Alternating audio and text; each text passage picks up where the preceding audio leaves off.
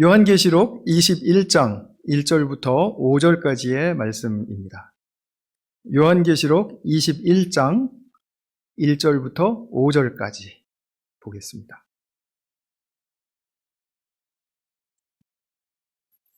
네, 제가 세 번역으로 봉독하겠습니다.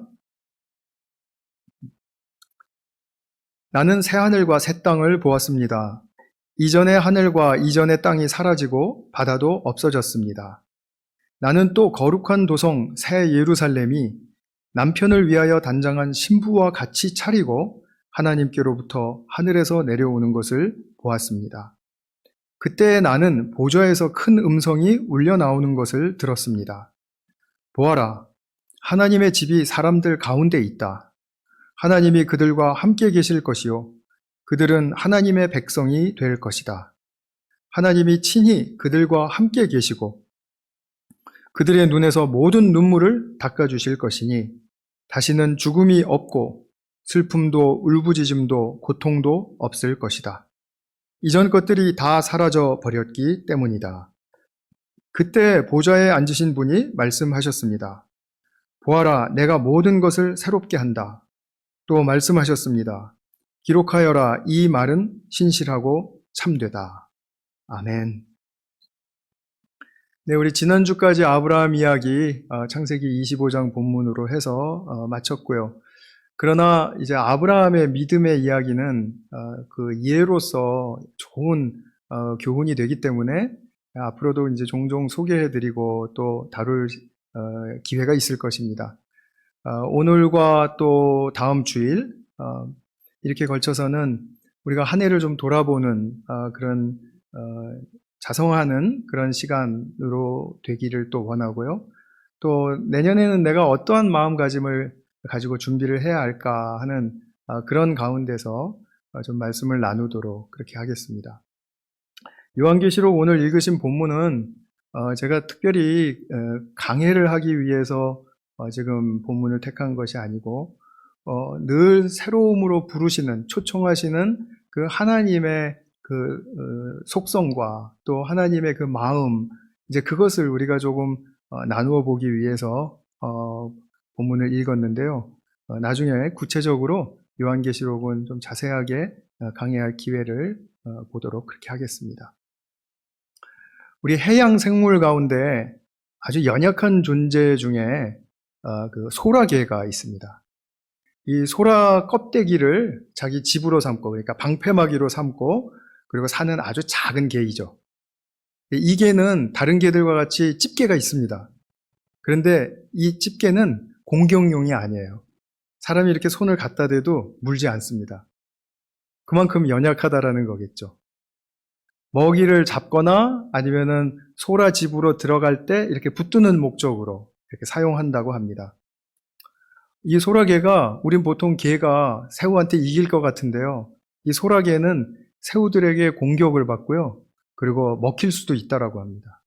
근데 새우가 뭐 큰 새우가 아니고 우리가 식탁에서 다루기에도 아주 작은 새우들, 그런 새우들조차도 이 개를 공격할 수 있다라는 거죠. 근데 이 소라게의 이제 일생의 위기의 상황을 맞습니다. 어떤 때냐면은 자기 몸집이 이제 소라 속에서 너무 커지는 거예요. 그래서 이제 살던 집이 너무 작아졌습니다. 그러면 이제 다른 더 큰 새 집으로 이사를 가야 하는데 문제는 이 옛집에서 나오면 방패막이가 없어지는 거잖아요. 그러니까 인생의 가장 연약한 그런 위기의 상황이 이제 도래한다라는 거죠. 공격받기가 너무 쉬운 거죠.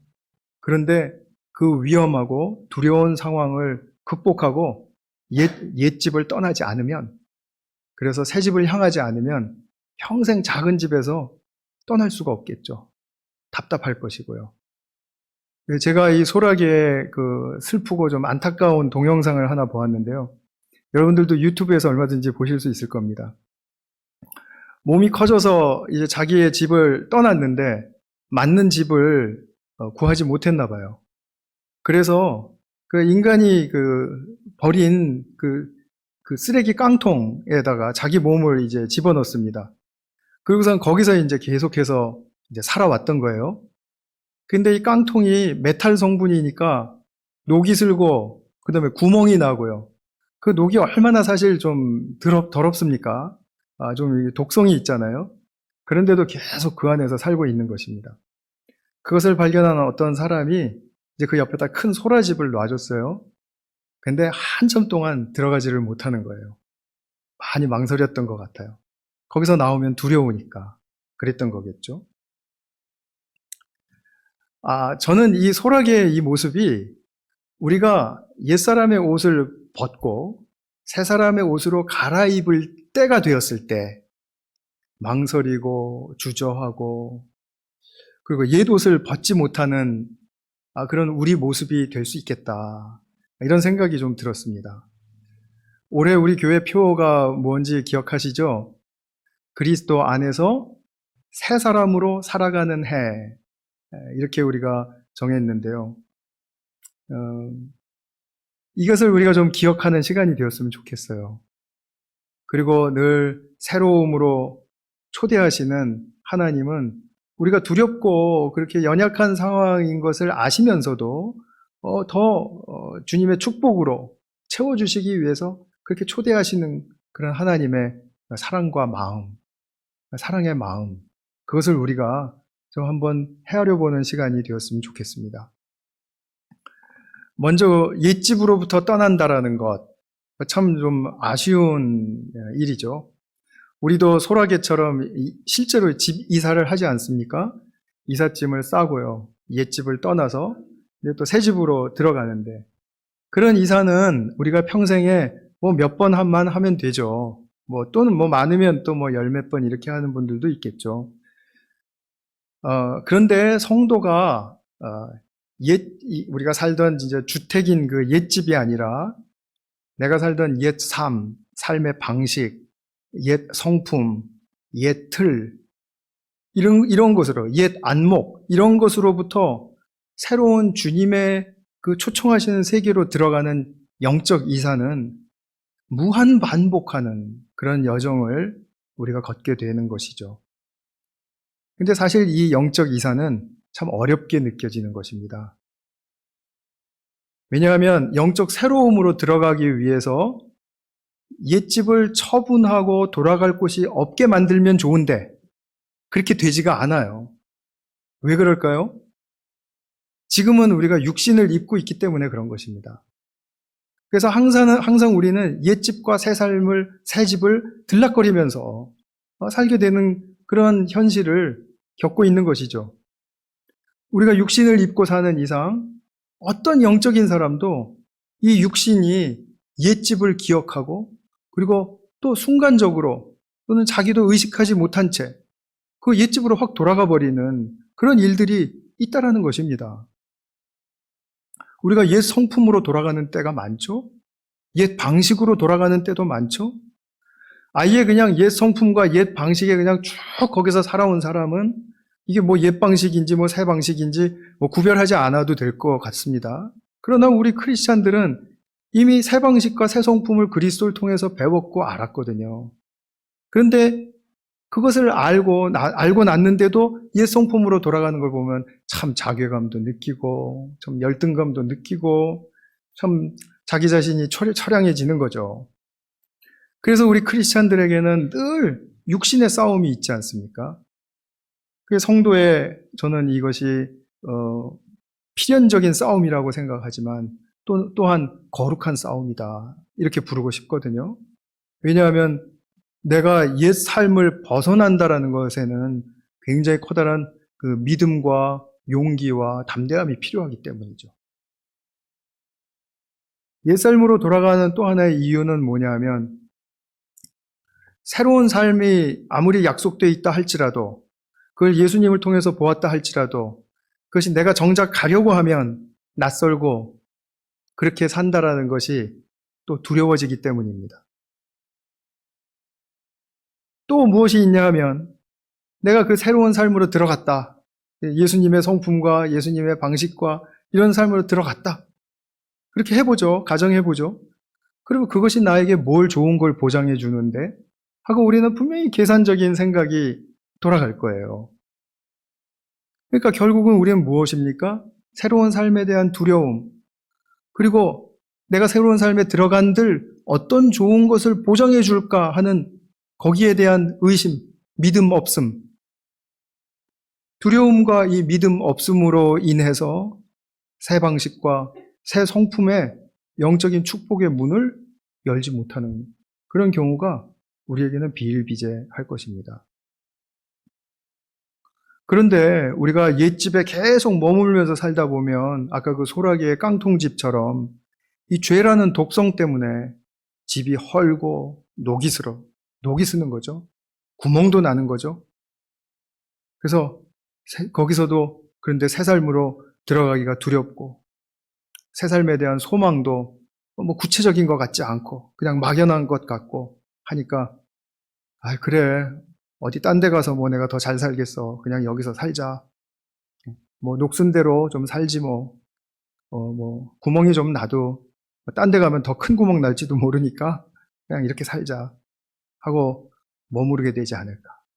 이것이 주님이 보시는 참으로 큰 안타까움이지 않을까 싶습니다. 이것은 내가 사는 방식, 내가 살아온 방식이죠. 또 내가 지금까지 그래도 애쓰면서 길러온 성품, 내가 가지고 있는 이 안목, 뭐 사람에 대한 안목, 뭐 사회에 대한 안목, 뭐 역사에 대한 안목, 뭐 기타 등등. 이 정도면 뭐 내가 그래도 남들에게 비해서 뭐 탁월하거나 뭐 그렇게 인정받지 못할지라도 그래도 이 정도면 그냥 나 살기에 괜찮지 않아? 굳이 주님의 방식과 주님의 성품이 내게 필요한가? 라고 되묻는 것. 그것이 바로 우리가 반복하는 일이 아닌가 싶습니다. 이 기저에는 무엇이 있다고요? 새로움에 대한 두려움이 있다라는 거죠. 그리고 영적 축복에 대한 믿음 없음이 깔려 있다라는 거죠. 아마 어떤 분들은 옛삶으로부터 새삶으로 나아가기를 시도를 많이 하셨을 것이고요. 또 지금도 계속 애쓰시고 있는 분들이 저는 있으리라고 믿어요. 분명히 있으십니다. 우리 교회에 있습니다. 근데 그런 분들과 이제 말씀을 나눠보면, 제가 나눠본 건 아니고요. 말씀을 나눈다면, 아마 그 과정이, 그죠? 옛삶으로부터 새삶으로 나아가는 그 과정이 이렇게 편안하거나, 낙관적으로 느껴지지 않을 거라고 말씀하실 것 같아요. 그건 공감대입니다. 저도 그렇게 생각을 합니다. 편안하지 않습니다. 낙관적으로 느껴지지만은 않습니다. 우리가 견고했던 옛삶을 떠나서 새삶으로 들어가는 그것은 초기의 새삶 또는 아직 익숙하지 않은 새삶, 뭔가 아직 확고하게 세워지지 않은 새삶. 이거 얼마나 사실은 가서 붙들기가 두렵습니까? 우리가 그만큼 연약하고 두려움 그리고 불안하고 하는 그런 감정이 있기 때문이죠. 당연한 것이라고 저는 생각해요. 그런데 그럼에도 불구하고 현재 우리가 살고 있는 지금 이 옛 삶, 우리가 예수님을 믿고 나서도 지금의 삶은 옛 삶입니다. 왜냐하면 지금 또 여기서 새로운 삶으로 부르시는 초청이 있으니까요. 그렇죠? 그러니까 우리가 옛날 예수님 믿기 전의 삶에서 내가 그냥 새 삶으로 자동으로 들어왔다고 생각하시면 안 됩니다. 원리적으로는 분명히 그리스도의 영적 축복 안으로 들어왔지만 여기서도 아까 말씀드린 육신의 한계 때문에 계속 옛삶으로 돌아가려는 탄성이 있기 때문에 계속 우리는 이것과 싸워야 되고 그리고 주님이 새로 주시려는 지금 이 새 삶에 대한 도전 그리고 거기에 대한 소명의식까지 우리가 있어야 된다는 거죠. 그런데 우리가 옛삶과 주님 주시려는 새삶 사이에 극명한 그 대조가 커질수록 우리의 이 내면의 연약함 그리고 두려움, 불안감 이런 감정들은 피해갈 수가 없을 것입니다. 제가 이렇게 개념적이고 원리적으로만 말씀드릴 게 아니라 성경의 어떤 예를 들어서 말씀드리겠습니다. 아브라함. 자, 모리아산의 경험에서 보았죠.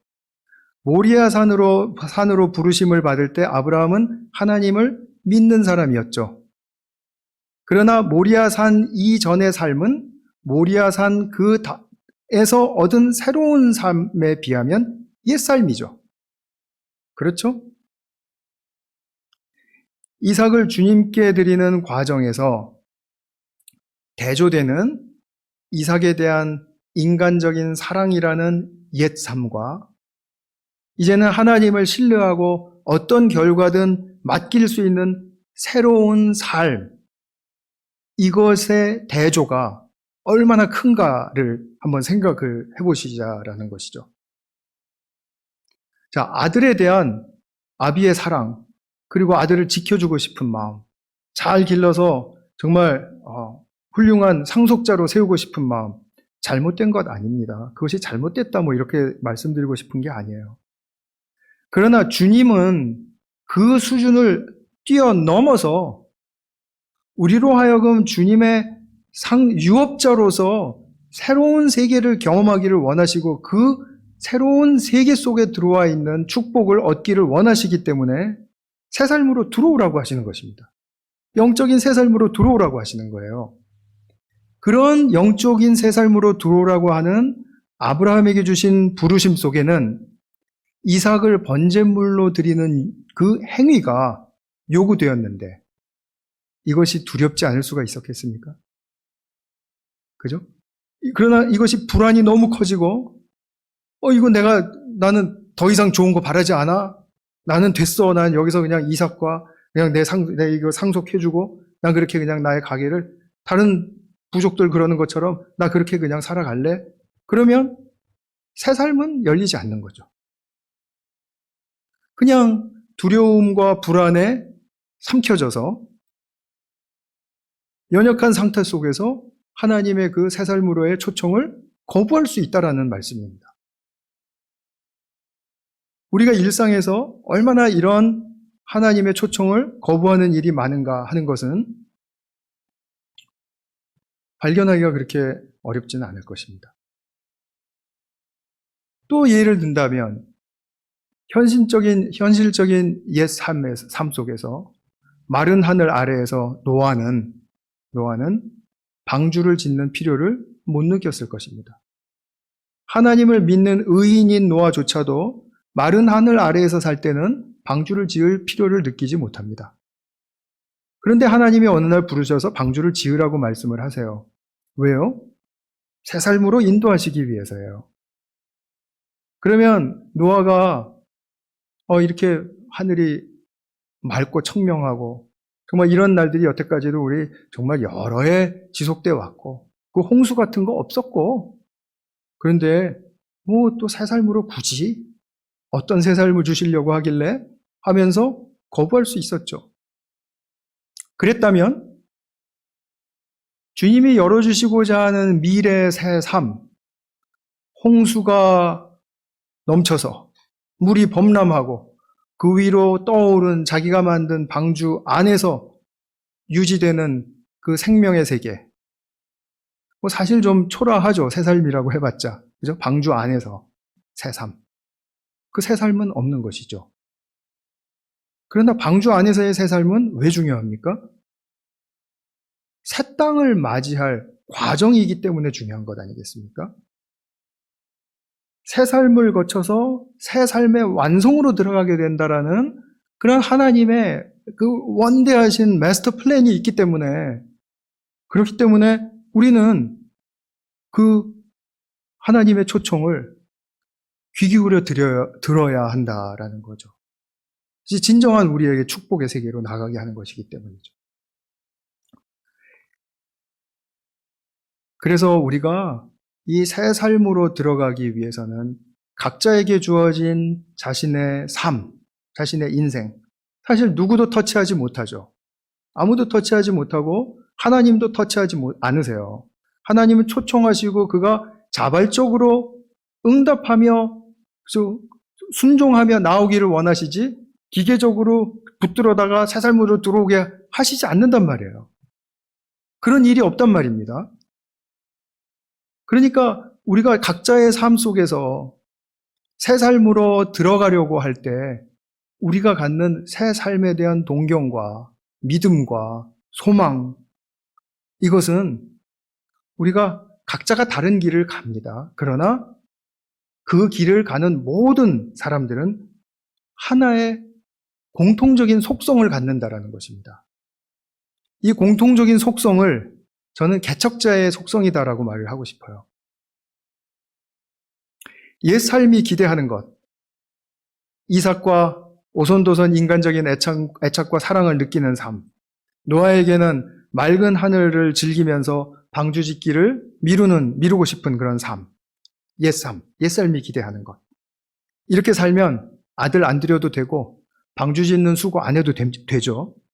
그러나 새삼 속에서 아들을 더 큰 생명의 선물로 받는 일은 없을 것이고, 또 노아에게는 홍수가 오면 다 같이 함께 떠내려가서 방주 안에서 살 일은 전혀 없어질 것입니다. 어떤 삶이 더 힘듭니까? 옛삶에 머무는 것이 힘듭니까? 새 삶으로 들어가는 것이 힘듭니까? 그래서 새 삶으로 들어가는 것이 더 힘들다라는 말씀이에요. 힘드니까 우리는 개척자의 정신을 가지고 수고와 또 우리의 모든 노력을 기울여야 된다라는 거죠. 새 삶으로 나아가는 과정은 우리가 해보지 않은 것이기 때문에 힘들고요. 두렵고요. 어떻게 해야 할지 모를 때가 너무나 많기 때문에 모든 것이 다 개척자의 심정으로 통할 수밖에 없는 것이죠. 개척자란 어떤 사람입니까? 내일 어떤 미지의 땅을 향해서 갈 때 그곳에 뭐가 있는지, 내가 무엇을 해야 하는지 가보기 전에는 구체적으로 잘 모릅니다. 그러나 나의 정신은 투철해야 하고요.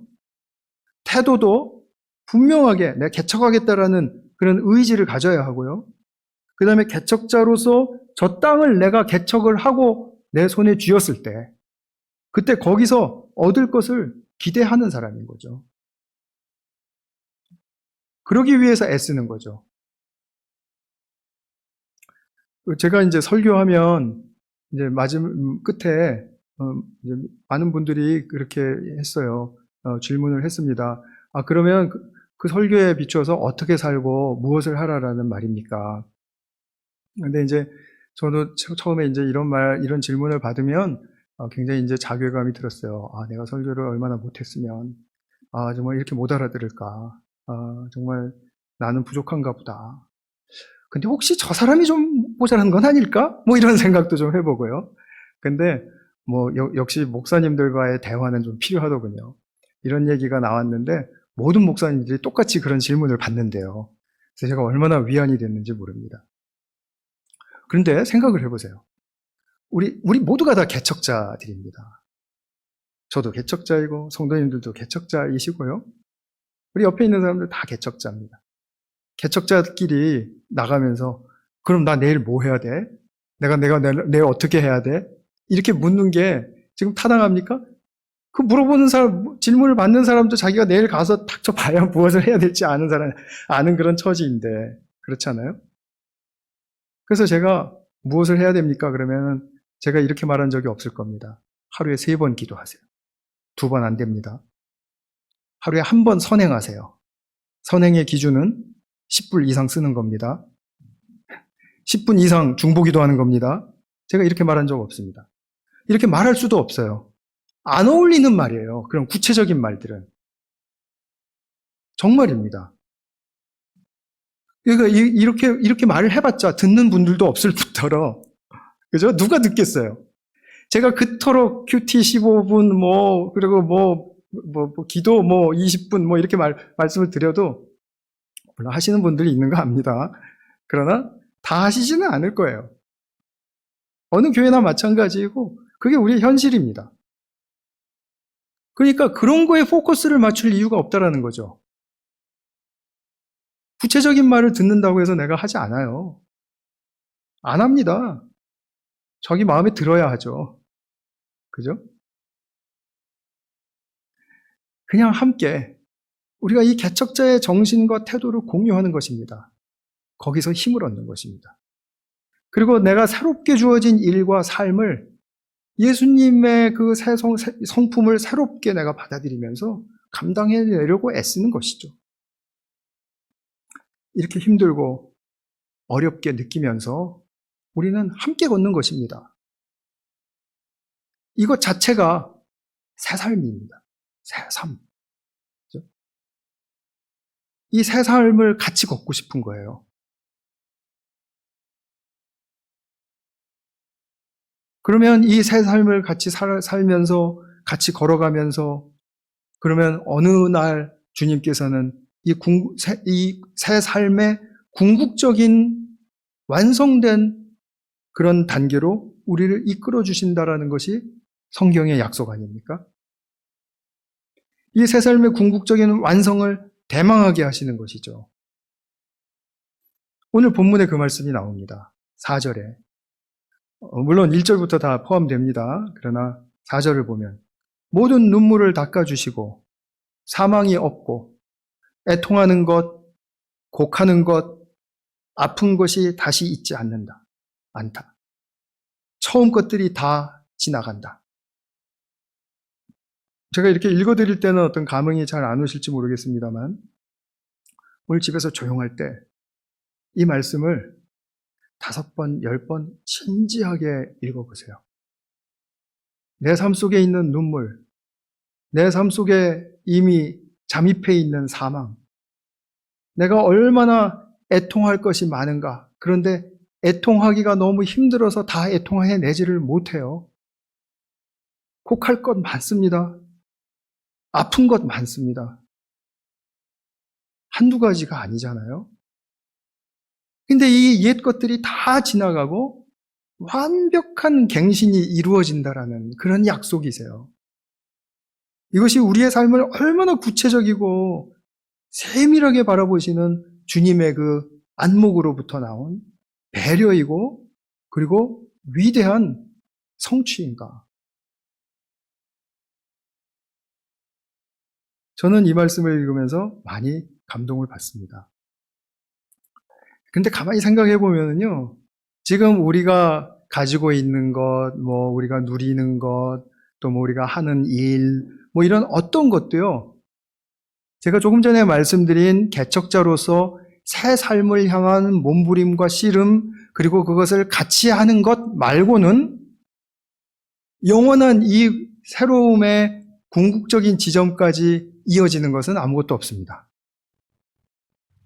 심지어는 저의 이 목회 일도 그냥 새로운 것이 완성되면 지나가 버리는 것이에요. 새로운 삶 속에서는 다른 차원의 일들이 벌어질 것입니다. 애통하고 곡하고 아픈 것들 다 지나갑니다. 심지어는 죽음도 지나가고요. 우리 시간도 물론 다 지나가는 것이고요. 우리의 모든 것들이 다 지나갑니다. 지금 우리가 처해 있는 이 상황과 일과 모든 이 조건들이 주님의 새로움의 완성의 단계에서 다 사라질 것이라는, 즉 우리는 옛 삶을 떠나게 될 것이라는 그런 상황을 소망 속에서 그려보게 되면 지금 이 시간에 나의 옛 삶을 떠날 수 있는 힘과 용기가 생긴다라는 거죠.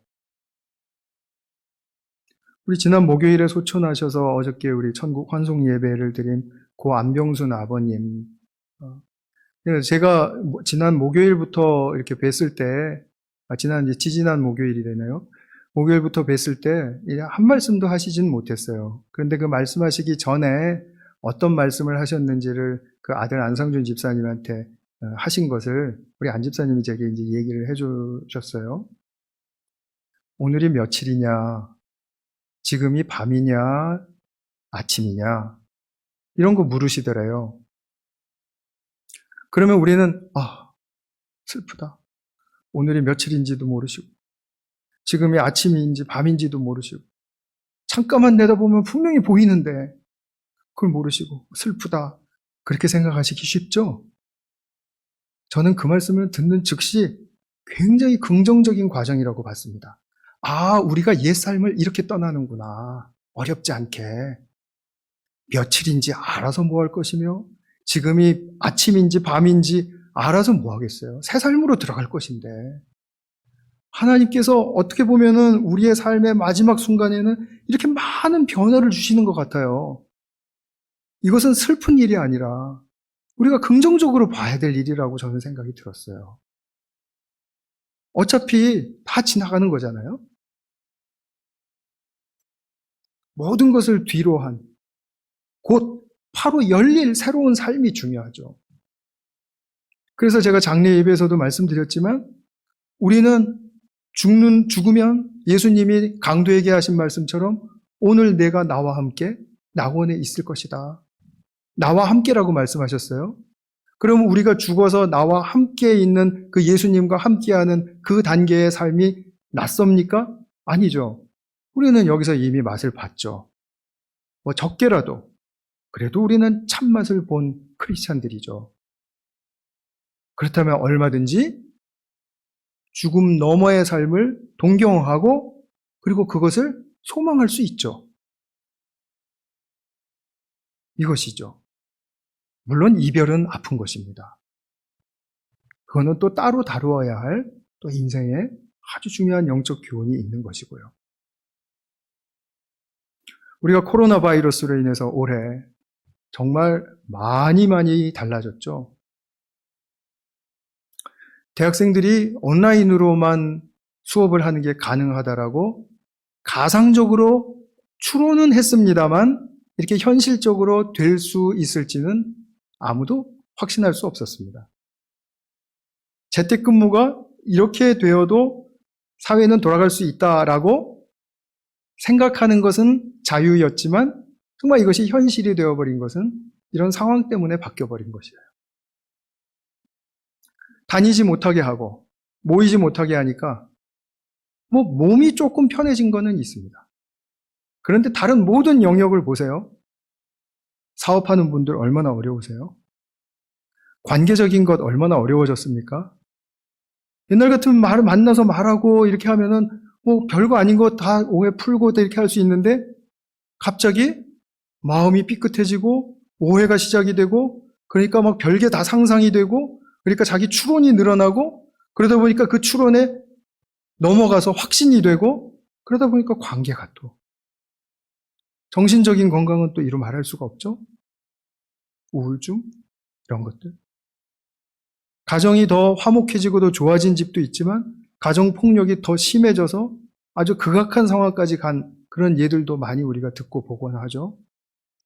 저는 무엇보다도 가슴 아픈 게 젊은이들이 제때에 자기 꿈을 갖지 못하고 포기해야 하고 그리고 미루어야 하고 그래서 이들의 심령이 황폐해지고 있는 것. 참 이 세상에 대한 환멸을 느끼고 아직 젊어서 잘 알지 못하니까 그죠? 아직 경험이 많이 없으니까 어떻게 회복될런지 감도 안 잡히고 그냥 내 인생 이거 어떻게 되는 거야. 굉장히 두려워하고요. 이런 와중에도 또 바이러스로 말미암아 또 이제 정치, 사회 이런 쪽에서 분열이 일어나고 또 싸우고 그러니 저러니 이렇게 하고요. 얼마나 이것이 우리를 많이 바꾸어 놓았는지 알 수가 없습니다. 그래서 아마 많이들 우셨을 거예요. 저도 많이 울었고요. 눈물로도 울었고 마음으로도 울었습니다. 정말 참 올해는 특별한 기억이 많이 있는 해인 것 같습니다. 그런데 우리가 더 이상 내 자신을 내가 소진하는 것만은 막아야 돼요. 내가 나를 소진시키는 것이 옛 삶입니다. 옛 방식, 옛 삶, 옛 성품, 옛 안목 이런 옛 것들이 나를 굉장히 소진시킵니다. 그러면 새 삶은 어떻게 나가야 되죠? 예수님의 새로운 세계를 자꾸 보셔야죠. 말씀을 통해서 보시고 우리의 나눔을 통해서 보시고 그 다음에 또 우리가 함께 격려하면서 보시고 자꾸 보셔야죠. 그러면 새 삶에 대한 소망이 나올 때 옛 삶은 지나가는 것이다. 얼마나 이것이 우리에게 깔끔한 정리를 하게 해줍니까? 마음의 정리도 하게 해주고요. 앞으로 내가 코로나가 퇴치되고 회복되어도 나는 어떻게 살 수 있다라는 것이 딱 나오지 않아요? 답이? 그렇게 나오는 거죠. 새 삶을 향해서 나아가는 개척자의 삶을 살면 되는 것이니까. 힘들지만요. 오늘이 이제 대강절 4주입니다. 이제 성탄을 통해서 이미 찾아오신, 우리를 새로운 피조물로 만드시려고 찾아오신 거예요. 예수님이. 근데 다시 나를 또 찾아오십니다. 올해도 또 다시 찾아오시죠.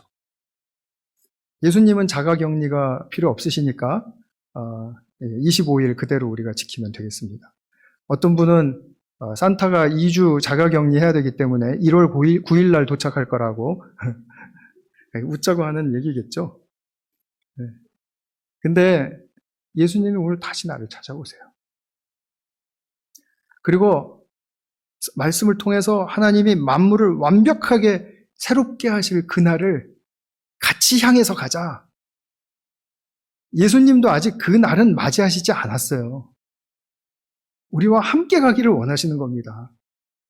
그래서 세상 끝날까지 우리와 함께 있으시겠다고 했고, 오늘도 우리 안에서 같이 우리와 동행하고 계시고 우리 안에 임재하시는 것입니다. 같이 그날을 맛보자고요.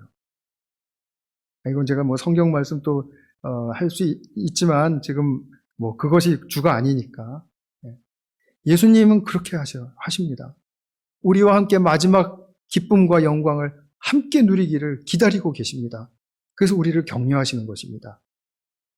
그래서 예수님이 우리에게 얼마나 귀하고 귀한 소망이 되시는지, 모든 생명에 정말 근원적인 축복의 힘이 되시는지, 우리 그분을 날마다 알아가고 그리고 그분께 다하는 우리 열정과 또 신뢰를 가지고 달려나가는 우리 축복의 믿음의 자녀들 되시기를 간절한 마음으로 축원합니다. 같이 한번 기도하겠습니다. 사랑하는 아버지 하나님, 옛 삶을 뒤로하고 새 삶을 바랄 수 있는 그런 귀한 축복의 새로운 삶을 허락하여 주신 것을 감사드립니다. 그 새 삶의 완성에는 하나님의 놀라우신 성취와 그리고 영광이 드러날 것입니다. 그러므로서 우리 인간에게도 주시고자 했던 그 유업의 축복의 풍성함이 우리 모두가 누릴 수 있는 그런 복된 소망의 대상이 될 것입니다. 사랑하는 주님, 우리가 이것을 향해서 오늘도 개척자의 심정으로 함께 격려하며 달려갈 수 있는 그런 복된 축복의 역사 허락하여 주시옵소서. 우리 구주 예수 그리스도의 이름으로 기도하였습니다. 아멘.